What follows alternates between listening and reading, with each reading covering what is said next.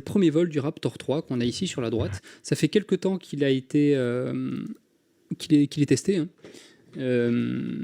Et on sait que le Raptor 3 lui-même a déjà vécu plusieurs améliorations, itérations. Comment est-ce qu'on le sait ? Parce que, vu le nombre d'explosions qu'il y a eu à McGregor là-dessus, on sait qu'il y a quelques petites retouches qui ont été faites au moteur. Et on peut voir la différence qu'il y a entre le Raptor 1, le Raptor 2 et le Raptor 3.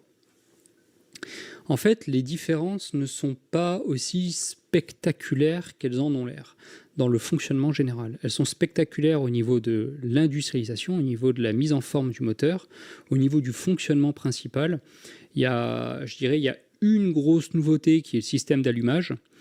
Pour le reste, on reste quand même sur le même principe, le même concept. Par contre, d'un point de vue industriel, réussir à faire un moteur fusée qui ressemble à ça, c'est inédit. Voilà, tout simplement, c'est inédit. La plupart des choses qui sont à gauche et au milieu existent toujours à droite, hein, pour être clair. Pas tous, il y a certains systèmes qui ont dégagé. Mais en tout cas, la plupart des systèmes que vous voyez au moins dans le moteur du milieu existent encore dans le moteur de droite. Sauf que l'électronique, la plupart des capteurs, l'électronique et l'hydraulique ont tous été intégrés directement dans la structure du moteur. Comment est-ce qu'on fait pour intégrer ça dans une structure ? En ayant une structure interne qui est extrêmement complexe, qui est impossible à faire en fonderie et qui est faite par impression 3D et dans lequel on retrouve des centaines de petits canaux. Et on retrouve des câbles électriques de partout parce que tout ça est instrumenté. Évidemment, c'est instrumenté. Comment savoir qu'un moteur se comporte mal et qu'il faut le couper en plein vol ? Eh bien, en ayant de l'électronique partout à l'intérieur. Donc là, on a l'impression qu'il y a des tuyaux avec des ergols qui circulent. Ce n'est pas vrai. Il faut imaginer qu'il y a plein d'actuateurs hydrauliques et électriques à l'intérieur. Donc, c'est beaucoup plus difficile d'accéder à quoi que ce soit ici. On se doute bien, s'il y a le moindre pépin, il faut découper le métal. Hein. Mais ça se fait. Et de toute façon, je pense que SpaceX est dans une approche où ils veulent une fiabilité maximale et avoir une telle cadence de production de moteur qu'en cas de problème, ils remplacent le moteur puisqu'ils en ont des centaines d'autres à disposition, quoi. Mais on peut voir ici la propreté de ce moteur, c'est quand même assez incroyable. Le fonctionnement principal de ce moteur. Alors, on me demande, est-ce que c'est beaucoup plus léger ? Alors, beaucoup plus léger, je n'irai pas jusque-là. C'est plus léger, en effet. Je crois qu'ils ont gagné 200 kg par moteur. Ils sont passés de 1,5 tonne le moteur à 1,3 tonne, quelque chose comme ça. Donc, d'un point de vue extérieur, ce qui a augmenté, c'est la poussée. La poussée, on est passé de 230 tonnes. Ils ont eu un temps, l'année dernière, ils avaient annoncé 280 tonnes de poussée pour le Raptor V3. Pour l'instant, ils ont bridé ça, on va appeler ça comme ça, à 250 tonnes. Donc en 2024, ils avaient annoncé 280 tonnes. Finalement, ils sont restés à 250 tonnes. Qu'est-ce que ça veut dire ? Ça veut dire qu'il s'est passé des choses sur banc d'essai qui leur font dire qu'il ne faut pas aller chatouiller la queue du tigre, comme on dit. Et donc, rester à 250 tonnes, c'est plus prudent, du moins dans un premier temps. Et on est à 275 tonnes pour la version Raptor Vacuum. Donc, le diagramme de ce moteur, c'est un moteur donc full flow à flux complet intégré, avec une turbopompe avec chambre de précombustion pour l'oxygène, une turbopompe avec chambre de précombustion pour le méthane. Et on peut voir que le diagramme, il est assez simple. Hein, c'est-à-dire que si je vous montre le diagramme d'autres moteurs, en réalité, ils sont souvent plus compliqués que ça. Donc en gros, on a ici tout l'oxygène qui arrive, qui brûle avec une toute petite partie du méthane qui arrive là, qui fait tourner une turbine. La turbine, c'est la petite hélice blanche là, et qui rentre dans la chambre de combustion. Et ici, tout le méthane qui rentre, qui brûle avec une toute petite partie de l'oxygène qui vient ici, qui fait tourner la turbine après avoir fait le tour du moteur, et ça va intégrer la chambre de combustion. le but de tout ça, alors il y a quand même une différence, ça c'est un truc je trouve que non, on n'en parle pas assez.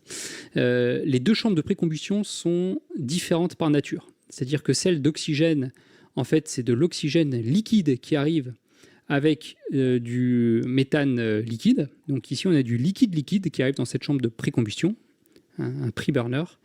Alors que dans la chambre, dans le pré-burner de méthane, eh bien, c'est de l'oxygène liquide qui arrive. Par contre, c'est du méthane gazeux qui arrive. Pourquoi ? Parce que le méthane, une fois qu'il se fait aspirer, il va faire tout le tour du moteur pour le refroidir. Le méthane liquide va se transformer en méthane gazeux. Et donc, on a un mélange liquide-gaz qui est beaucoup plus efficace que du liquide-liquide qui va arriver ici. Et donc, voilà, les deux pré-burners n'ont pas la même tête, les injecteurs n'ont donc pas la même tête et tout ça. Et c'est pour ça que le méthane gazeux qui est ici, qui arrive en chambre de précombustion du méthane, va directement rejoindre le réservoir de méthane pour le pressuriser. On a du méthane chaud, gazeux, qui va venir pouvoir pressuriser et maintenir l'intégrité physique du Starship en allant, du Starship ou du booster Super Heavy, en allant pressuriser les réservoirs à typiquement 8 bars de pression. Et l'oxygène, lui, on n'a pas un oxygène gazeux de ce genre, donc il faut en plus, ici, un échangeur de chaleur. Donc on prélève une toute petite partie d'oxygène liquide qu'on fait rentrer en contact avec la sortie d'oxygène chaud, donc avec le pre-burner d'oxygène. Ça va instantanément évaporer notre oxygène liquide qui va pouvoir remonter et à son tour aller pressuriser le réservoir d'oxygène. Donc j'entends souvent dire que le full flow c'est vraiment du symétrique. Non, on n'est pas du tout dans un système symétrique, même si effectivement on a deux turbines qui fonctionnent chacun avec un des deux ergols et une toute petite partie de l'autre ergol. Ça, c'est vrai. Par contre, ça ne veut pas dire que les deux systèmes sont comparables. Et ensuite, en sortie de deux chambres de précombustion, on a du méthane très chaud, de l'oxygène très chaud, et donc dans la chambre de combustion principale, on a une combustion gaz-gaz, c'est le top. Alors, je parle de gaz. Quand on est à 300 bars, on est dans la catégorie des fluides supercritiques. Donc, la notion de liquide et de gaz n'est plus tout à fait la même, mais au premier ordre, un fluide supercritique très chaud se comporte davantage comme un gaz qu'un fluide supercritique très froid. On pourra parler des fluides supercritiques une autre fois, parce que il y a aussi un certain nombre d'idées préconçues qui veulent croire que qui dit fluide supercritique dit qu'on soit chaud ou froid, c'est un petit peu pareil, alors que non, le comportement est quand même pas le même en fonction de la température. Donc, est-ce que je peux te couper 2 secondes ou pas ? Évidemment. Alors, non pas que j'ai des... Je vais pas commencer à essayer de parler du moteur. T'as Laurent qui t'a fait un don de 30 €. Merci beaucoup. Merci. Et Longue vie à la c'est en chaîne, fait, mec. Merci. 1 € par minute de retard pour le vol, qui est décalé apparemment à 1h du matin, si on en croit le chat. Aïe. Aïe, aïe, aïe. Bon. Alors moi, j'ai tout fait pour être en forme ce soir. Je ne sais pas pour combien de temps. Donc, je verrai combien de temps je tiens. Il se peut qu'à un moment, vous sentiez le régime qui baisse. On verra. En tout cas, voilà. Visiblement, on est parti pour encore 1h30 à discuter de choses et d'autres. Quelle heure est le départ ? Eh bien, visiblement, on est rendu à 1h du matin. D'ailleurs, je profite de cette vue-là. On peut voir que il y a des différences entre certaines versions de Raptor V3 parce qu'il y a des carénages en plus. Alors, je sais que SpaceX adore dire qu'ils ont enlevé tous les carénages des boosters et du Starship. Ça, on pourra voir ça après. Mais c'est pas tout à fait vrai. Le moteur en lui-même est un carénage. Disons qu'ils ont déplacé le problème du carénage. Ça veut probablement dire qu'ils ont économisé beaucoup de problèmes parce que les carénages étaient d'une part très lourds, mais en plus ils créaient des zones dans lesquelles du gaz pouvait s'accumuler, tout ça. Donc, ils ont reporté tout ça dans le moteur. Mais donc, on a l'équivalent de carénage ou du moins de couche extérieure du moteur à refroidir également. Donc, voilà, c'est juste... Il ne faut pas se laisser berner et croire que parce qu'on a un moteur tout lisse, eh bien, ça veut dire qu'on n'a plus de problème. Non, ça veut dire que les problèmes thermiques, avant, ils étaient répartis sur toute la base arrière du moteur. Maintenant, ils vont principalement être répartis sur les structures du moteur.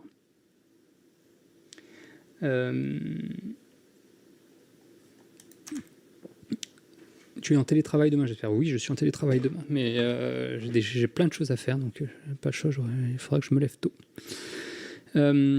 Donc, je pense que tout le monde a en tête le diagramme sur lequel je suis resté pendant 5 minutes. Il est encore gravé dans vos yeux. Sinon, je retourne le voir une dernière fois. Gardez-le bien en tête. Attendez, est-ce que... je vais faire mieux que le garder en tête. Je vais le garder à l'écran.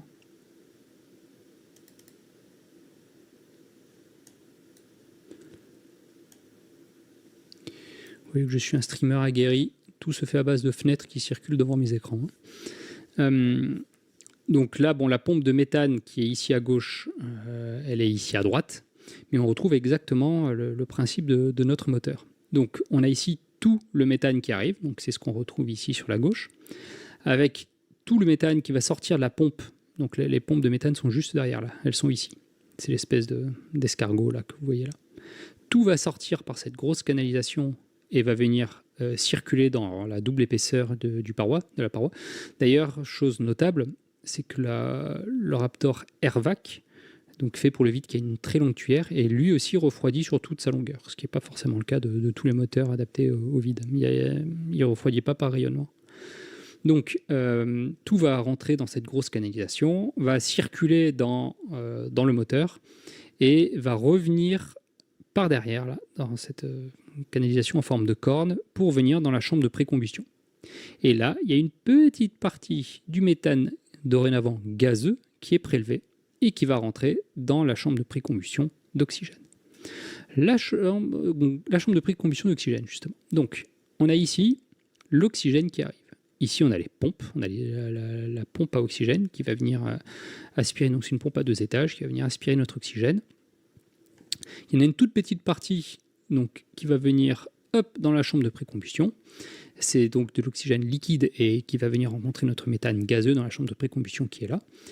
Et donc juste dessous, ici, là, c'est là où on a la chambre de précombustion d'oxygène.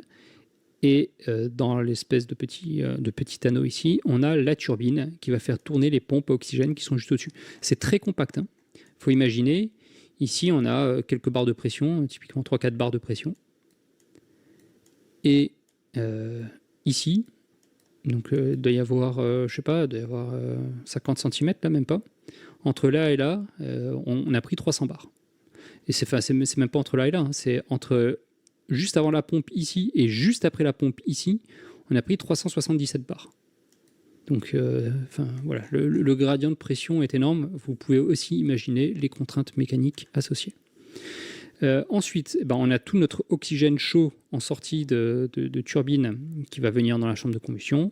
Et on a tout notre méthane chaud en sortie de turbine de chambre de précombustion du méthane qui va rejoindre la chambre de précombustion.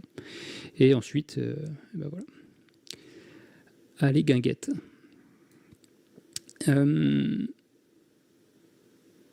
Donc voilà pour le principe général de ce beau moteur qu'est le Raptor. Donc là, on peut voir ici, par exemple, une vue non officielle de à quoi ressemble le moteur. Donc, on retrouve forcément ce qu'on appelle un induceur et un impeller. En français, je ne suis pas sûr de comment ça se dit, et donc je m'excuse d'avance. Mais en gros, on va se retrouver avec plusieurs étages de pompe qui ont pour but d'éviter le phénomène de cavitation. Le phénomène de cavitation, c'est un phénomène qui fait que si on a un trop grand gradient de pression entre l'entrée et la sortie d'une pompe, on peut avoir très localement en entrée de la pompe un phénomène de succion. Forcément, avec des pales qui tournent aussi vite pour aspirer notre liquide, on va avoir un phénomène de succion qui fait que la pression locale peut baisser au point que très localement, on peut se retrouver avec notre liquide, ici en l'occurrence c'est du méthane liquide, qui va s'évaporer, qui va faire des petites bulles. Et l'instant d'après, en arrivant sur la pompe, va imploser puisque la pression remonte. Et ces micro-bulles vont vous faire exploser votre moteur alors si c'est un tout petit peu, vous avez peut-être quelques secondes devant vous, mais en général, qui dit cavitation dit feu d'artifice. Hein. C'est un bon moyen pour transformer des dollars en lumière. Et donc, on réfléchit à deux fois et on met plusieurs étages de pompe. Donc, on a, de façon générale, sur tous les moteurs depuis les années 60, en général, un inducteur. Donc, c'est une petite hélice qui va venir accélérer en douceur notre méthane. C'est l'étage le plus critique parce que on considère que, puisque la pression en entrée est très faible, eh bien, le risque de cavitation est d'autant plus élevé ici, puisque voilà, on part de plus bas, quoi. Et ensuite, on se retrouve avec un étage de pompe, un deuxième étage de pompe. Ça, c'est des pompes centrifuges, ce qu'on appelle des pompes centrifuges en français. Donc, c'est des pompes qui vont tourner. D'ailleurs, le dessin est complètement faux parce que l'inducteur devrait être dans l'autre sens, mais bon, c'est pas grave. Donc, c'est des pompes centrifuges qui font que on va avoir un gradient de pression en entrée et en sortie de cette pompe ici. Ensuite, de nouveau un gradient de pression entre l'entrée de cette pompe centrifuge et la sortie juste après, qui va partir dans les circonvolutions du carénage, deuxième étage ici, et en sortie, boum, on part directement pour aller refroidir le moteur. Et pareil pour les turbines, 2 étages de turbine, c'est plus efficace pour rester compact. Et aussi parce que ça permet d'avoir des pales, des aubes, on appelle ça dans les turbines, qui sont chacune adaptées aux caractéristiques du fluide qui les traverse. Parce qu'on se doute bien que si on met 2 étages de turbine, entre les deux, la pression va baisser et la vitesse du fluide va baisser. Et la température baisse aussi en l'occurrence. Donc ça permet d'avoir des aubes qui ont une courbure qui est parfaitement adaptée au régime du fluide qui traverse chacune d'entre elles. Voilà, voilà. Il y a un autre truc qui est intéressant sur ce... Alors attendez, je vais commencer par... Parce que je suis quelqu'un qui aime bien les choses visuelles. Voici un Raptor 3 sur le banc d'essai. C'est un test complet qu'on a là. Donc il y en a pour 6 minutes 40 de vidéo. Alors, je commence par faire une pause dans le chat pour voir si tout le monde ne s'est pas déjà barré avec mes explications. Est-ce que ça vous intéresse?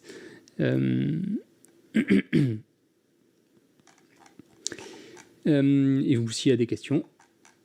Il y a eu un nouveau don au passage. Ah, merci Uther, merci beaucoup.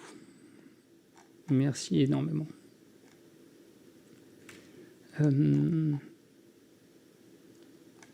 Je refais un point au passage sur l'heure de décollage, voir si des nouvelles choses ont été annoncées. Non, c'est toujours prévu pour 1h du matin, heure française.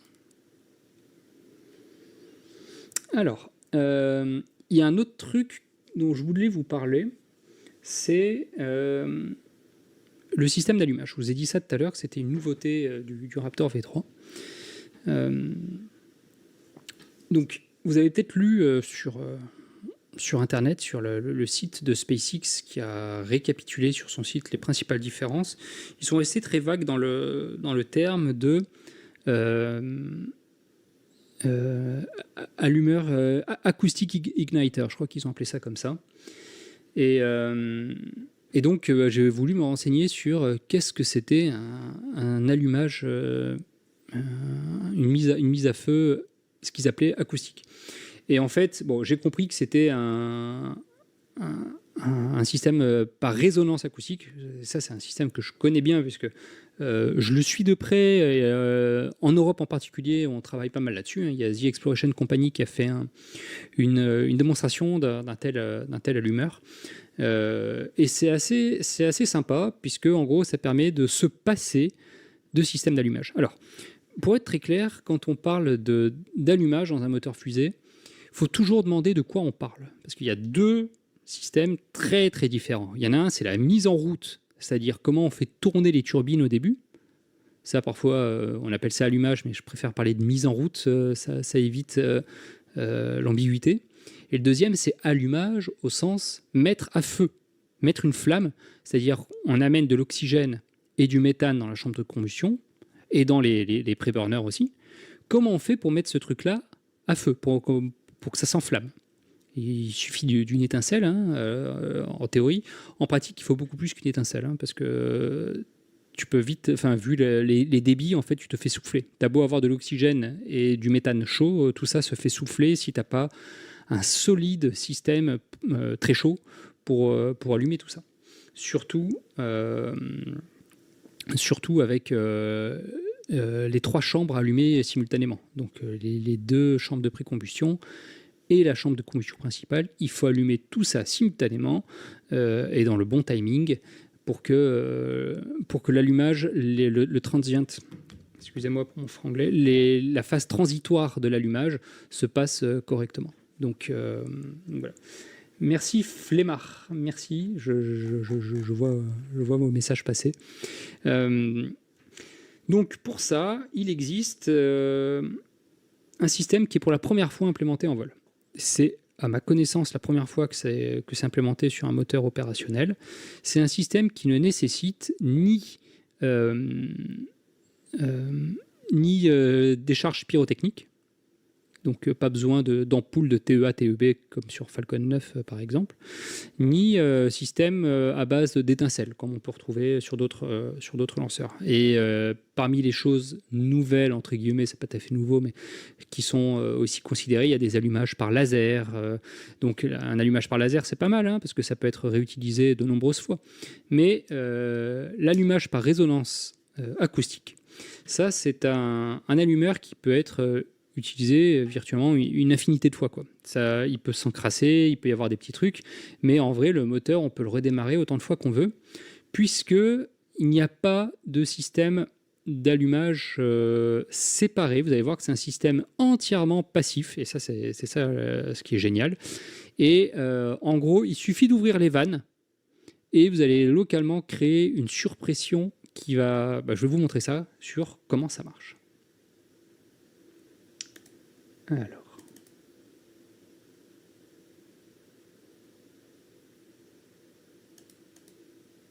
On nous demande des pronostics pour ce soir, et je crois que les gens savent qu'on est les rois des pronostics. Alors moi, il suffit de prendre mon pronostic, de prendre l'inverse, et c'est ce qui va se passer. Voilà, donc on va dire que ça va merder ce soir. Voilà, ça va merder. Report du tir.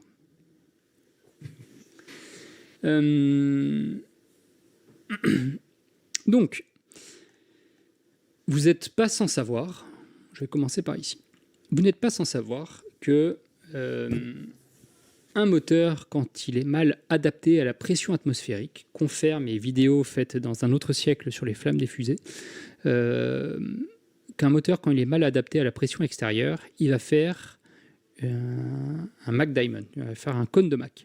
On peut le voir ici, c'est l'espèce de petite tache blanche qui est le petit truc que j'entoure là. C'est une onde de choc normale, on appelle ça.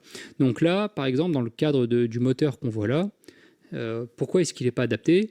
Parce que le moteur là est fait pour fonctionner au niveau du sol, et la pression atmosphérique qu'il va avoir entre le décollage et quand il va aller beaucoup plus haut va énormément varier, et il faut que dès son allumage au sol, il n'y ait pas de décollement de flamme.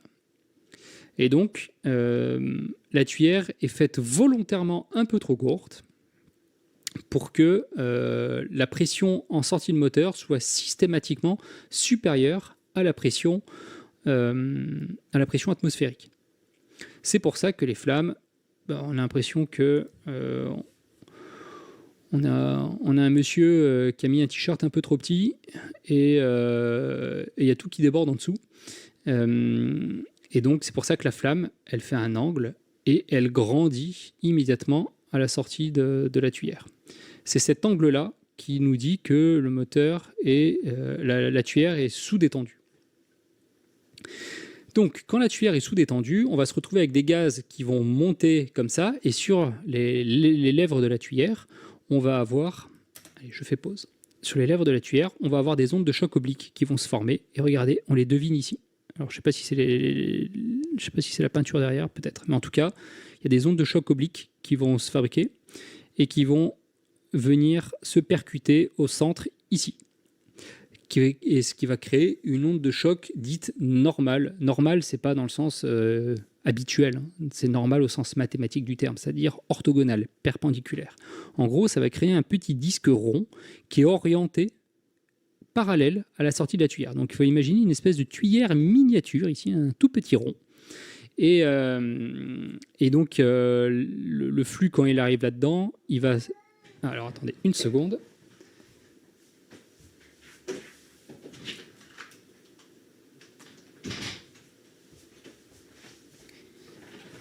Excusez-moi. Donc, il y a l'air qui va se taper une onde de choc et qui va se réchauffer très fort. Ensuite, on va avoir d'autres ondes de choc obliques qui vont venir taper sur l'extérieur de la flamme, qui vont revenir au centre. Deuxième onde de choc, normale en tout cas, parce que là, il y a des ondes obliques entre les deux qu'on ne voit pas ici, visiblement. Et donc, ces ondes de choc normales sont des pertes d'efficacité pour le moteur. Parce que tout ce qui pousse ici vers l'extérieur, tout ce qui génère des ondes de choc, c'est tout ce qui n'est pas transformé en poussée, hein, pour être très clair. Donc, c'est pas bien. Mais pour un allumage, des gens se sont dit, écoutez, on va reprendre ce principe pour allumer un moteur. Vous allez voir, c'est assez fun. Donc, alors je vois d'abord une question, pourquoi est-il préférable d'être sous-détendu plutôt qu'avoir un décollement en décollage? Parce que les décollements au décollage, ça t'oblige à mettre des renforts structuraux assez importants sur tes moteurs, sur tes tuyères. Et tu préfères largement perdre 3 secondes d'ISP, donc d'impulsion spécifique d'efficacité de moteur. Tu préfères perdre largement un petit peu d'efficacité moteur que rajouter 150 kg par moteur de renfort structurel. L'un dans l'autre, l'équation est vite vue. C'est pour ça. Donc, des gens se sont dit, on a ce phénomène de cône de Mach qui est très joli, mais qui est très pénible pour nous autres ingénieurs. On va en tirer profit. Donc ils se sont dit, pourquoi est-ce que... Donc le besoin, je rappelle, c'est d'allumer le moteur. Pour allumer le moteur, il faut une source de chaleur très élevée. C'est, si possible, plus de 1000 degrés. Comment faire ça? Donc les gens ils se sont dit, regardez, on va mettre une mini tuyère. On a un gaz quelconque qui va arriver, n'importe quel gaz, et on va faire en sorte que la tuyère soit très sous-détendue. Donc, on va faire exprès de fabriquer un cône de Mach juste devant notre mini-tuyère. Quand je parle de mini-tuyère, c'est quelque chose qui peut faire typiquement 1 centimètre ou quelques millimètres. C'est vraiment c'est à l'échelle centimétrique ou millimétrique, hein, ce dont je parle là. Ce que vous voyez sur votre écran, là, c'est bien plus gros qu'en réalité. Donc, on va créer une onde de choc normale qui va se situer quelques centimètres devant notre mini-tuyère. Et donc là, on va se retrouver avec de l'air qui va se chauffer rapidement, mais pas de quoi atteindre des milliers de degrés, hein, certainement pas. Par contre, surtout, ça va créer des ondes de choc qui vont venir dans un tube qui est fermé, un résonateur. Donc c'est là que la notion de résonance va venir rentrer en jeu. Et vous allez voir que, donc, ça c'est un autre schéma qui montre bien le système. Donc il faut imaginer par la gauche notre ergol carré, on va dire par exemple de l'oxygène. Et donc l'oxygène va arriver par cette mini tuyère ici, et paf, on peut voir qu'elle fait un cône de Mach le plus large possible, suffisamment large pour que il soit de dimension à peu près comparable à celle de l'entrée du résonateur. Le résonateur, c'est cette espèce de partie conique qu'on a ici. Alors, qu'est-ce qui va se passer? on va avoir des ondes de choc qui vont être émises par ce cône de Mach, qui vont venir ping, ping, ping, partout ricocher à l'intérieur de ce truc-là. Et on va donc avoir un front d'onde qui va circuler dans notre résonateur, qui vont venir taper au fond et qui vont venir rebondir. Ça va venir rebondir. Qu'est-ce qui va se passer? Là, on va avoir la pression qui va monter, monter, monter. On va avoir énormément de pression ici. La pression, donc, ensuite, via le rebond et via une réchauffe des gaz, on va avoir un phénomène de rebond. L'onde de choc va repartir dans l'autre sens. La pression ici va diminuer d'un coup. Ça va venir taper notre onde de choc qui va remonter. Il va se rapprocher de la tuyère. Mais bon, la tuyère est toujours en train de nous cracher du gaz au visage. Donc, elle va redescendre. Et hop, on est reparti pour un tour. Donc, on peut avoir un phénomène cyclique comme ça.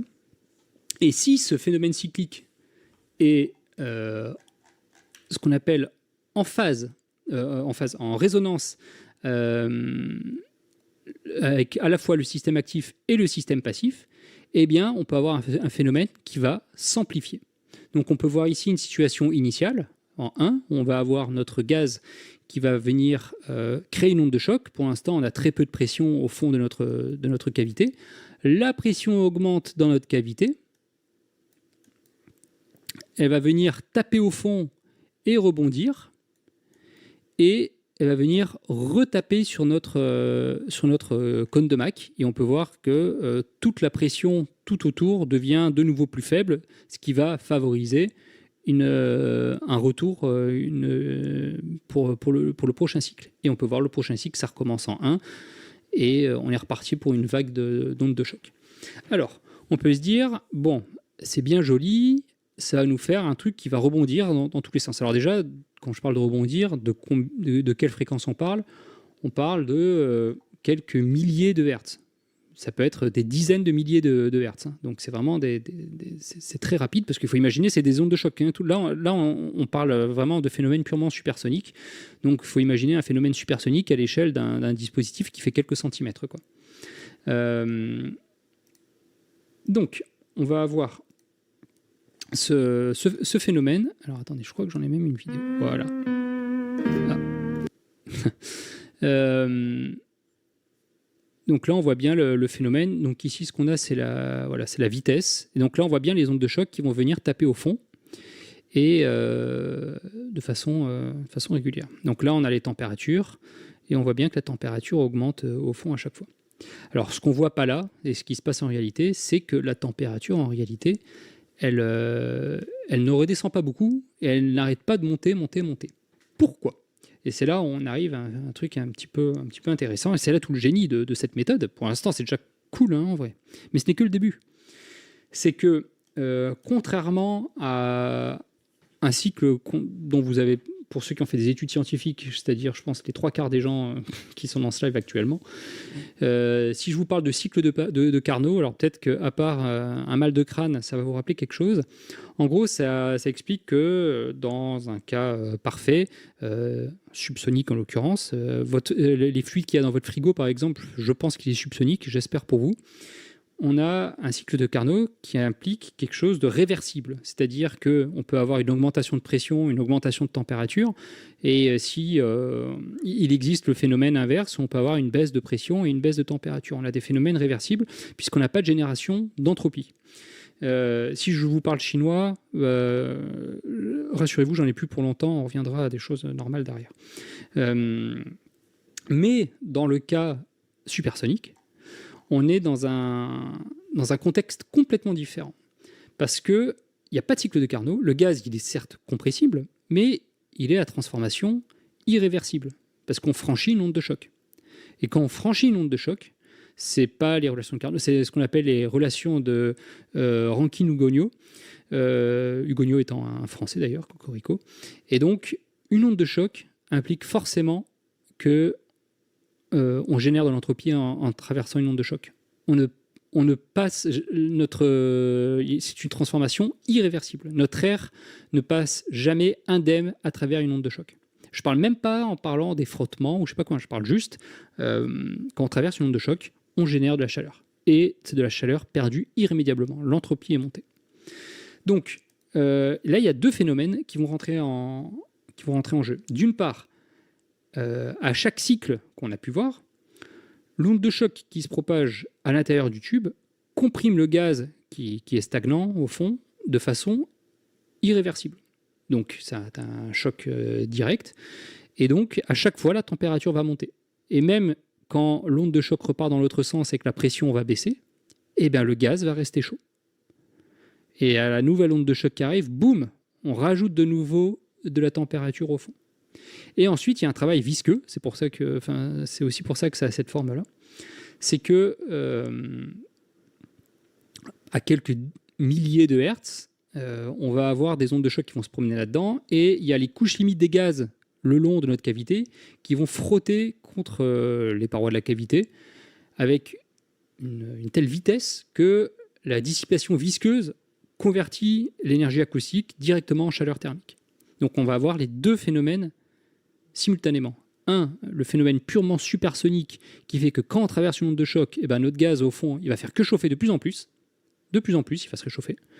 Et en plus, on rajoute de la chaleur via les frottements visqueux sur la paroi de notre résonateur acoustique. Et tout ça fait que, en réalité, en quelques millisecondes, puisque la température ne fait qu'augmenter, on a une augmentation exponentielle en réalité. Et donc, en quelques millisecondes, on se retrouve avec une pièce qui va cracher ici du gaz à des centaines, et si on ne fait pas gaffe, à des milliers de degrés. Donc, il faut bien contrôler tout ça. Et donc là, on va se retrouver avec du gaz qui est très localement, avec des pointes qui sont extrêmement chaudes à des milliers de degrés. Et là, quand nos ergols arrivent qui ne sont pas allumés, donc ici, par exemple, on peut imaginer qu'il y a le méthane qui arrive par au-dessus, on va avoir l'oxygène qui va arriver. Tout d'un coup, on va avoir le feu qui va se déclencher. C'est dans la chambre de combustion, ça. Et une fois que le feu se déclenche, qu'est-ce qui va se passer? La pression ambiante dans le moteur va monter d'un coup. On va passer de 0 bar, enfin de la pression atmosphérique 1 bar, on va passer à 300 bars. Parce que, oui, avant que le moteur s'allume, on a 1 bar de pression dans la tuyère, quoi. Et on va passer à 300 bars. Qu'est-ce qui va se passer quand on passe à 300 bars? Tout ça va se faire souffler. Et donc, notre système va être inactif pendant tout le reste du vol. C'est-à-dire qu'on va pouvoir continuer à cracher notre gaz là-dedans, mais c'est pas grave. Et ça va plus être chaud. Notre système va plus continuer à monter en température, puisque pour avoir des rebonds comme ça, il faut qu'ici, la pression atmosphérique soit faible. À partir du moment où on a 300 bars de pression ici, tout le système devient inopérant. Donc c'est génial. On a un système 100% passif. 100% passif, qui fait qu'il suffit d'ouvrir les vannes pour générer des milliers de degrés localement, enflammer notre gaz, et derrière, dès que le moteur est mis en route, ce système s'éteint de fait, automatiquement. C'est fantastique quand même. C'est fantastique. Enfin, moi, je trouve ça incroyable, l'ingénierie spatiale. Donc voilà, je voulais vous faire un point sur les allumeurs à résonance acoustique.